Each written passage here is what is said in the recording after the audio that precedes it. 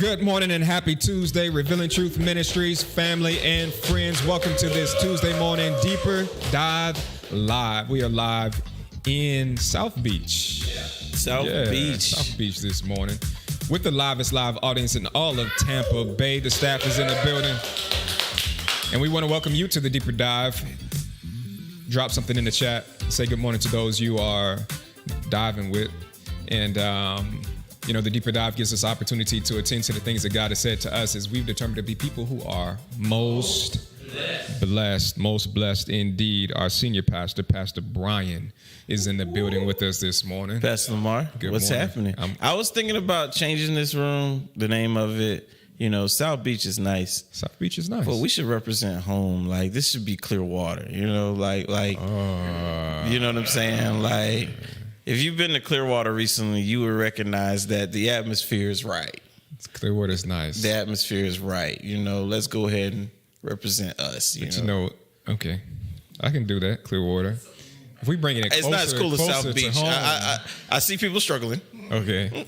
We have to. I don't know what we're gonna do about that, but it's a nice name, Clearwater. Clearwater. South Beach, Clearwater. Yeah, bring it home. It's a C. I'm all for it. It's a W. Yeah. We good. CW. Let's go. There we go. Collect the It's a win. It's a win. Let's go. Bringing it home. Wow. Sundays are fun days. Bro. Sundays are wonderful. And here we go. Pastor Deborah, who's not with us here this morning, but she was definitely with us on Sunday. Yeah. And 11 o'clock service, you came through. God will supply. Who's taking care of you?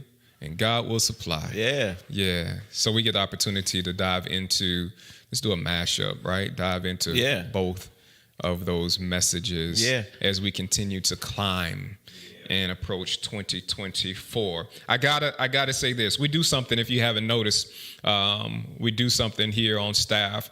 Whenever Pastor Brian drops a bar, that's a line like in a sermon, or it don't always have to be in a sermon, right? Yeah. But gives us what we used to call a nugget or a jewel or something like that. Yeah. We capture it. We got bars. Because you ain't got bars, you don't have believers. If you don't have bars, you ain't got believers. So we capture them and make sure that they live on. Yeah. And Sunday's message was full of them. There's a few. There's quite a few. But I want to bring this one up right now because I think this just set the tone and sits in the backdrop of Sunday's messages. It became evident that I am the evidence. Ooh. Man, and I say that sits in the backdrop of like everything else. All of this is built on top of that mindset. I know when we talk about Paul, we're looking at a mindset. So having that mindset, man, I realized that I am the evidence in this. Yeah, I would say like it's also that moment when what God's been working in you starts showing up on you. That's good. We know that he's doing a work in us. Right. But the goal is for that work that's happening in us to show up on us. That's good. And that's that glory being revealed. Right. To where we talk about like the presence of God on us being a sweet fragrance. Right. And so it's like, man, I have become the actual evidence. That's good. That it's evident that he's been working in me. That's good. That he's, you go, I see you ready. So because I want to, and I hope if this is already and obvious. I want to say this too, right? Like, I think it's so important, that we understand when God's been doing a good job on us. And I say that because you can so easily get caught up in the cycle of like not seeing yourself progress. And unfortunately, I say this a lot because a lot of people use that against you. It's almost like they won't tell you that you actually grown and they won't tell you that you actually matured. A lot of times it's because they're, finding value in themselves through keeping you immature. Right. And it's like, but you got to know when God's done a good job. Man. You got to know when you're doing good. You got to know when you're progressing. You know, there's a lot of sharks in the water that make a lot of money off of people staying under the mindset that they aren't maturing. Right. And so it's like, I say that because oftentimes we don't have goals in our faith, but God has a goal for us. And his goal is for the glory in us to show up on us, for us to become living epistles. Right. And so when you start in your life speaking the word without having to read it, you have succeeded as a saint. You have succeeded as the Christian. When people walk up to you and they just say stuff like, there's something different about you, you are succeeding. That's you are good. winning. You have not like, oh man, I'm fighting for victory. No, you're fighting from victory. The moment people start saying things like, man, I could just tell you've been with God, man. Right. Like, I could tell you've been in his presence. Like, that is success. If this was a university, God would come down and give you a graduate certificate. He would come give you your diploma and be like, on to the next level. That's right. good. I was thinking as you were saying that just of, what's his name? Enoch, who got translated. Yeah. To where it was like, man, boss, that's it. He's gone. Like, Right. I'm out of here. I'm out of here. There's nothing left. Right. Like, Yeah. and that, I think that is something that we all should be excited about. You know, Right. the Bible tells us in Philippians that he who started a good work in you is faithful to complete that work. What lets me know that there is a completion. It lets me know that there is a goal. There is a deadline.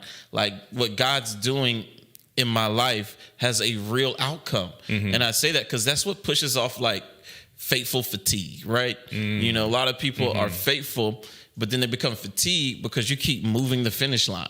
Is it because we don't know what we're to measure?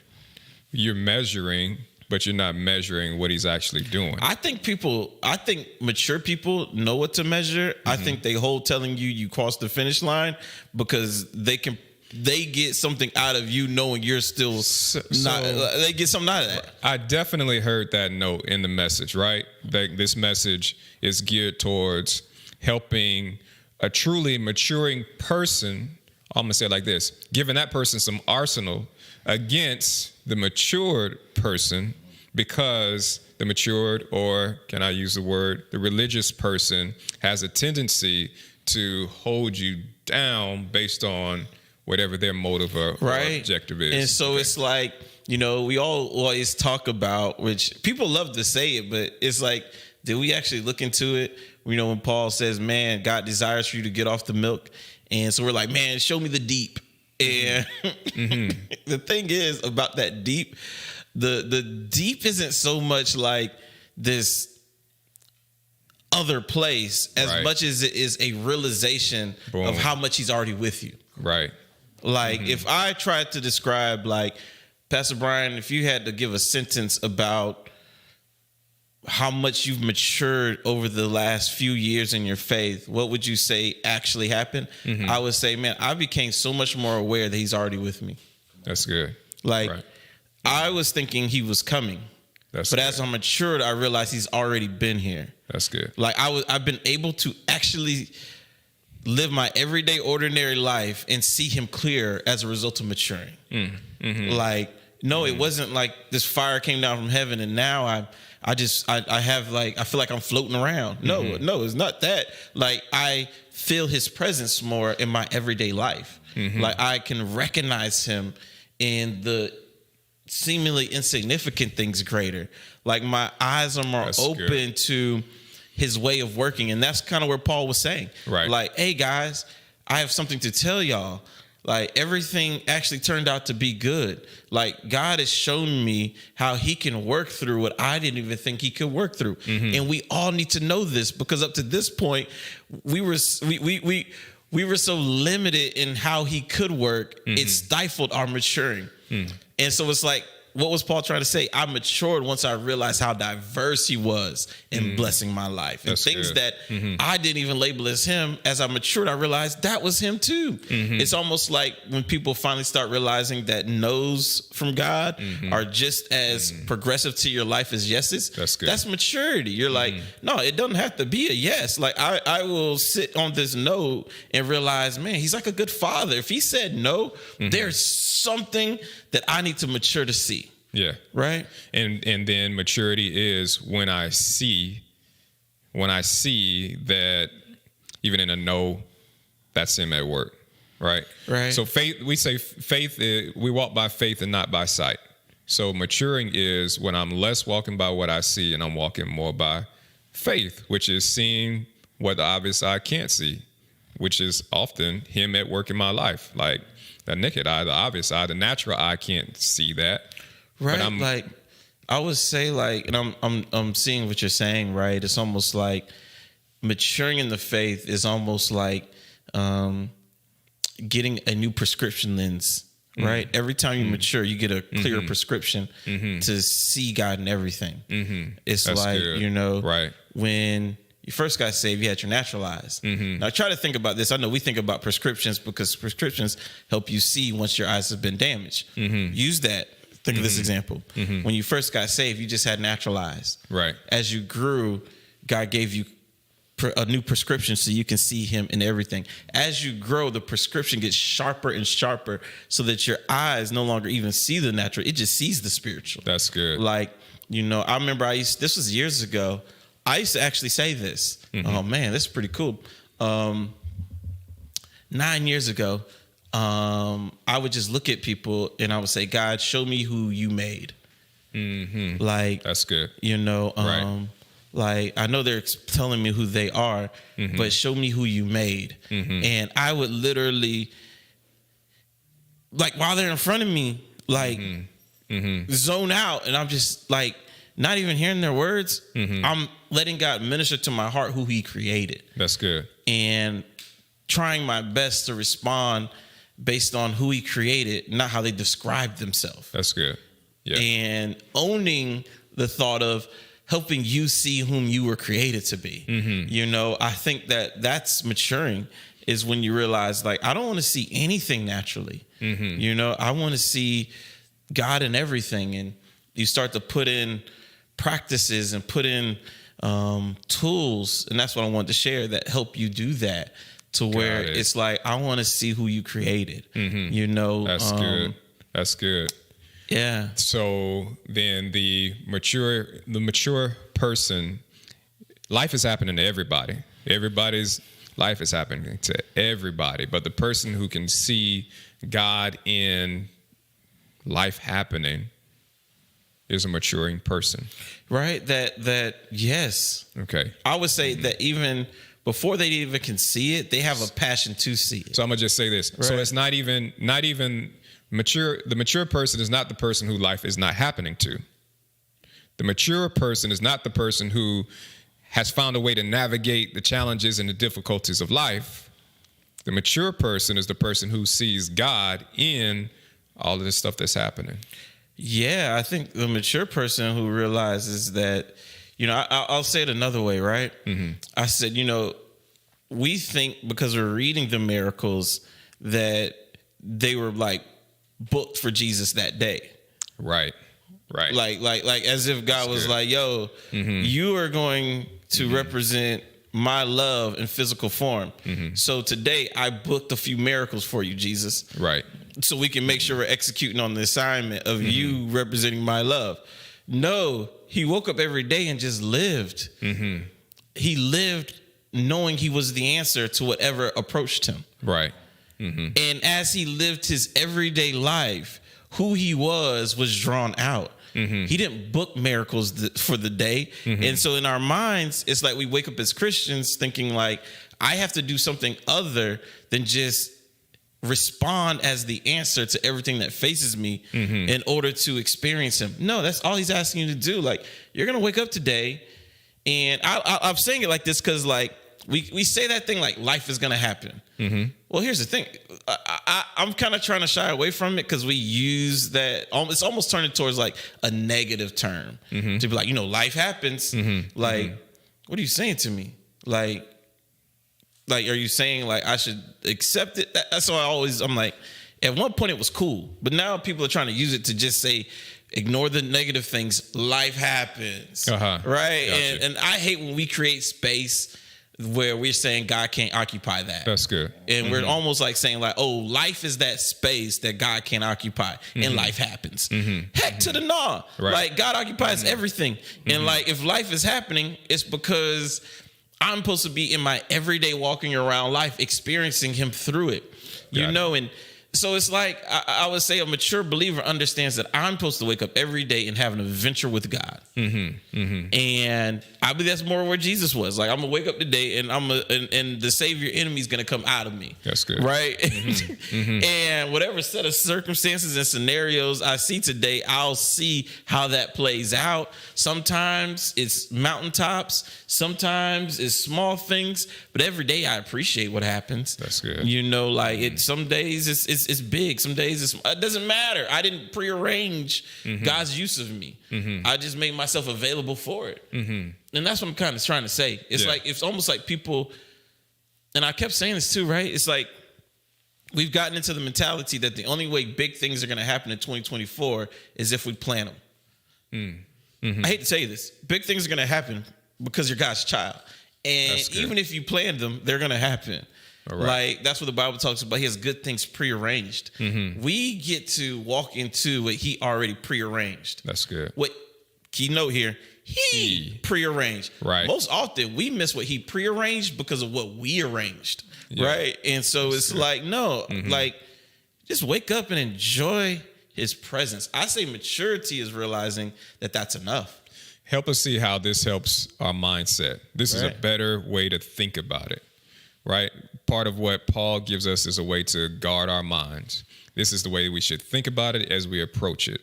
So even if we use, here we are, December, approaching 2024, and right now we're getting the opportunity to have our mind set to receive, welcome, embrace what God has planned for 2024. So, of course, we're already right. We're going to end in expectation so we can begin in execution. And so when I mean by execution, I mean by the Spirit's leading like never before. You know, and that's what we're saying. Like, the undertone is abiding. Like, we're going to spend so much more time with God so that we can be Spirit-led on a level we've never experienced before.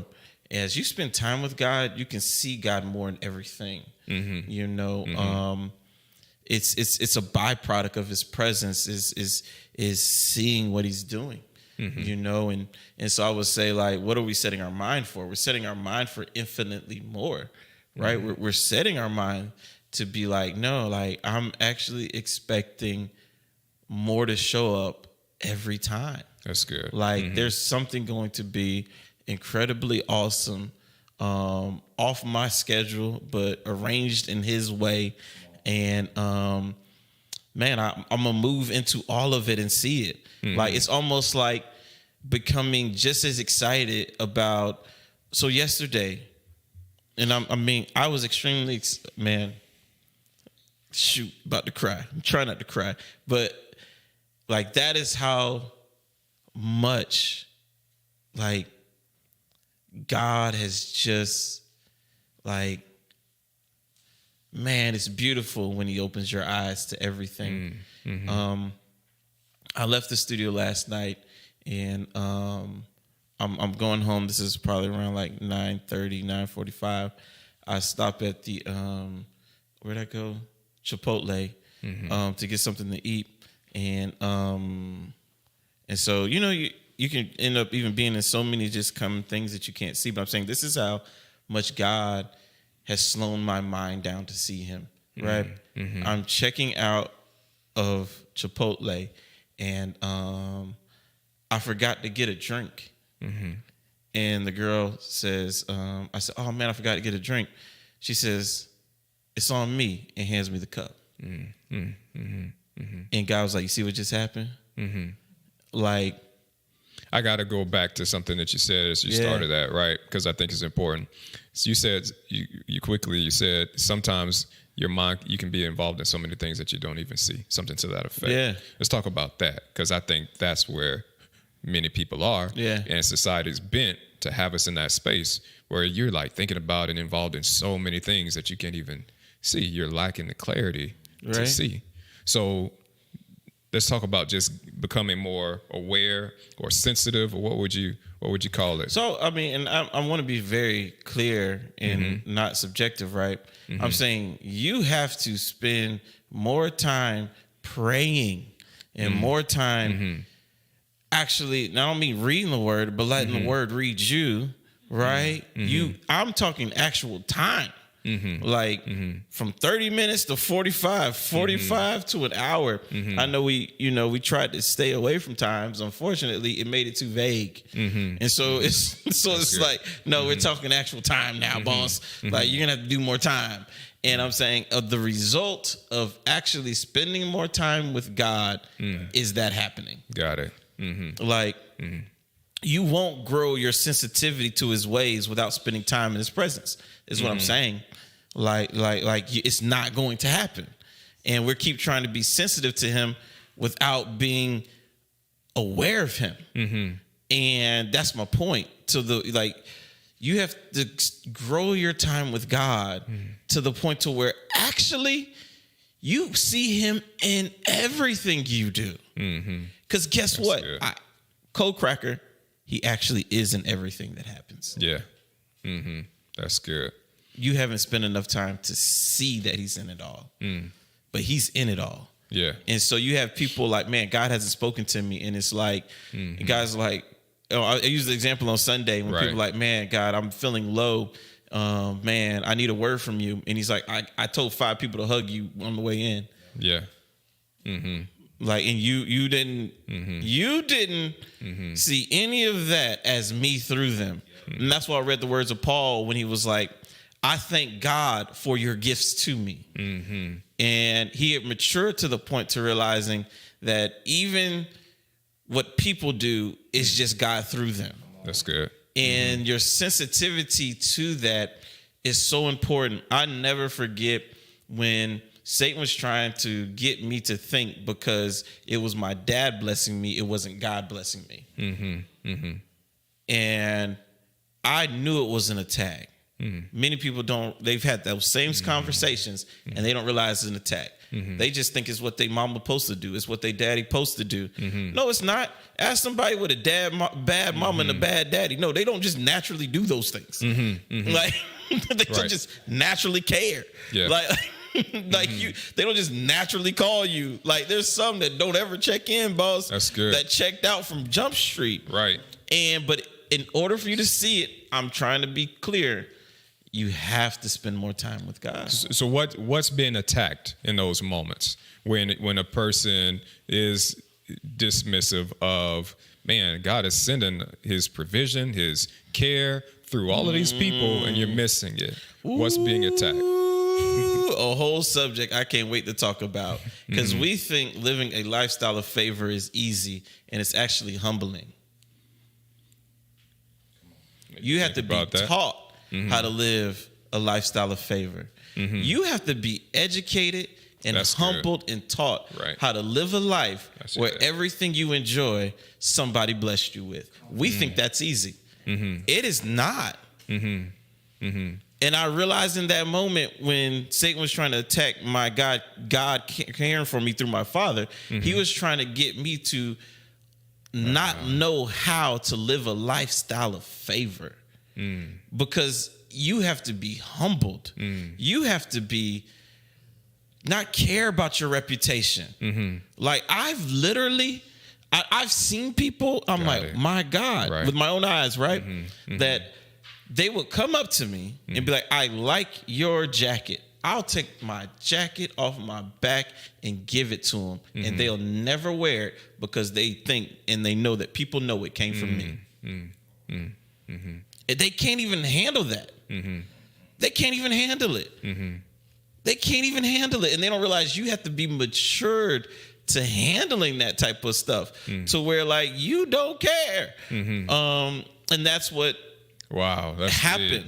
So what I'm hearing too is we have a hard time being cared for.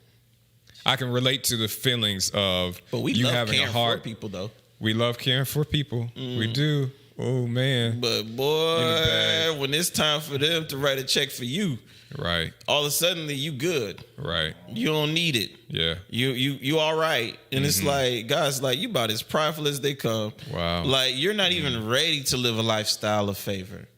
Like, Wow. you're not even ready. You know, That's a nod to Pastor Deborah's message was titled "Who's Caring for You?" yeah. And what you're talking about right now just aligns with the mindset that we have to receive His care, understanding that there is a certain humility that has to exist in order to receive all the care that He's sending your way. Right? To the point, like, so me and Pastor Deborah, we talk about what we're going to preach about before we actually preach. And so I definitely want people to understand, like, so she opened the door to understanding that, like, yo, you got to understand who's caring for you. Then my assignment was to go in and get you to receive that God's care for you doesn't always come from God to you. There's normally always a conduit or a person in between.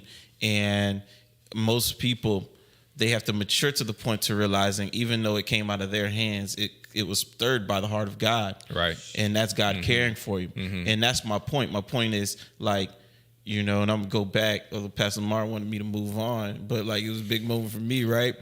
It wasn't that the girl gave me a free drink. God gave it to me through her. Yeah. And it's like, man, like, what God's, this is what I'm saying. The actual word, so this is why it's deep to me. And this is what I mean, how the sensitivity of God will change your life. I didn't initially order a drink because I was planning on going home to eat it. When I got done, I was like, you know what? I want to slow down a little bit, and I'm going to eat here. My thought was, you can't eat this much food without getting something to refresh you. But I forgot to order the drink. So I look at her and say, oh, I forgot to get the drink. She says, don't worry. It's on me. I could cry. What God said to me in that moment is, Brian, I'll always make sure you're refreshed. Like that is what God said to me when she gave me the drink. That's how much God is in our lives. It wasn't a free drink. It was God's reminder that even when I didn't order it, He'll always make sure I have it. That's good. Yeah. You see what I'm saying? Yeah. Most people would have just been like, that's a nice girl. Oh, that was nice of her. Some people would have been like, no, I got the money. It's just $1. And God's like, bro, I'm trying to break in. But the only way I can break in is if you let me in more of your time so you can see me. That's good. Like, literally, it was instantaneous. God was like, I'll always make sure you're refreshed. That's on me. That's good. You see what I'm saying? Good. Yeah. I brought it He's back. good. No, that's good. I had to finish it. It reminds me. Oh, no, you good. You know, when you talk about just having this, again, we go back to this is the way that we think. This is the way that we are going to approach life. This is our mindset. In this, we get some cues on how we should guard our mind, right? But it reminds me, movie reference. It reminds me of, let's see who anybody saw this. Y'all remember the movie Takers? You remember Takers? Oh, some folks said, of course. Yeah, with T.I. I have a kryptonite. Yeah? I could literally watch a movie 30 minutes later, watch it again, and not remember a scene. So wow. That's my one kryptonite. Okay, so it makes it fun. That's my one kryptonite. No. I'm so it makes sorry. it even fun. So let me paint this picture for you then. And then those of you who saw it and remember it, you can crazy. So when I'm I've hearing, been trying to fix it for a while, but it's crazy. that's good. I can't. So we can live it like we first saw for the first time, right? Bro, I can't remember nothing. This is what I'm trying to tell you. So whatever reference you have for that movie, It's gonna be fresh. It's gonna be fresh because I'm gonna just paint the picture, and you're gonna be like, oh, it's almost gonna be like this the first time you saw it. But then it's gonna connect, and it's gonna be beautiful. And everybody who knows what I'm talking about gonna clap and be like, yeah, that's it right there. So there's a scene in the movie Takers, right, where T.I. is dressed up as a traffic control person, right? And he's standing at a vantage point. He's got a walkie-talkie, and he's calling the play-by-play. These guys are it's a heist scene. They're stealing a Brinks truck or something like that. But he's at a perspective where he can see everything that's happening, and he's calling it out play-by-play. Yeah. And it just reminds me, or it makes me think of where we are right now. Like, man, from you abiding in the time that you spend with God, you have this perspective on things where it's almost like you can see play-by-play what's happening and the value of each moment. You ain't missing. Right. You're not missing nothing. You're able to, like Jesus, in the middle of a crowd, want to know who touched you. Right? That's good. That level of sensitivity. Right. To most people, it's even ridiculous to ask the question. Yeah. And he's like, nah, I know something came out of me. Yeah. Everybody's touching you. No, there was one touch that was a little different than the rest. You know what I'm saying? That's good. That's the sensitivity. Yeah. Man, we got somewhere to be. Oh, y'all, that's y'all's schedule. Yeah. Like, I don't. Boom. Bro, I'm good. Mm-hmm. I just want to know who touched me. You know, most people like, we're going to miss the plane, but who touched me? Right. Oh, man, we're going to miss it, but who touched me? Like, we got to grow ourselves to the point to where, like, yo, if bro is so stuck on who touched him, we need to figure out who touched him. Right. Stop trying to convince people that their sensitivity to the little things aren't big spiritual things. You know? And you find out that my sensitivity to the small things reveals the big things. That's maturing. You know? Like, man, I didn't talk about this on Sunday, but this would be a good point in a deeper dive, right? There were so many points from Sunday that I didn't say, but like we talked about being able to distinguish maturity, distinguishing what you enjoy from what brings you joy, and understanding that, like, Paul was a writer. And the chains stopped a lot of things, but it actually produced more writing. He enjoyed, oh snap. No, he you're enjoyed walking and presenting in front of people. The thing was, he was called to be a writer for God. So the chains produced more ministry for us, less ministry for them. He wrote 3 books in that prison because he had the time. 785-mile walking journey. You would think you got to walk every day without stopping. But he spent a season in prison and still arrived on time. Right? You know, all those things would cause us to flip out. You know, I'm using Paul for us to reference ourselves. You know, we would all call it a delay. But in what we would label a delay, being in prison, is what actually produced the greatest amount of impact his ministry would ever make. What the 3 books we're living out of were written in chains, and he had a long walk. You know, I'm saying that to say, like, what is God doing with your pause? Well, until you spend time with him, you won't know what he's doing with you. Right, that's good. But one thing we know about God is he don't waste time. Like, we just don't move into the time that he's given us. That's what we don't do. We think we think there's no such thing as wasted time. And honestly, we take so much responsibility for the power of our decisions. We don't understand his sovereignty, right? Yeah. Like, we literally think that, like, we got ourselves places that he doesn't want us to be. No, boss. Like, God can change the hearts and attention of men.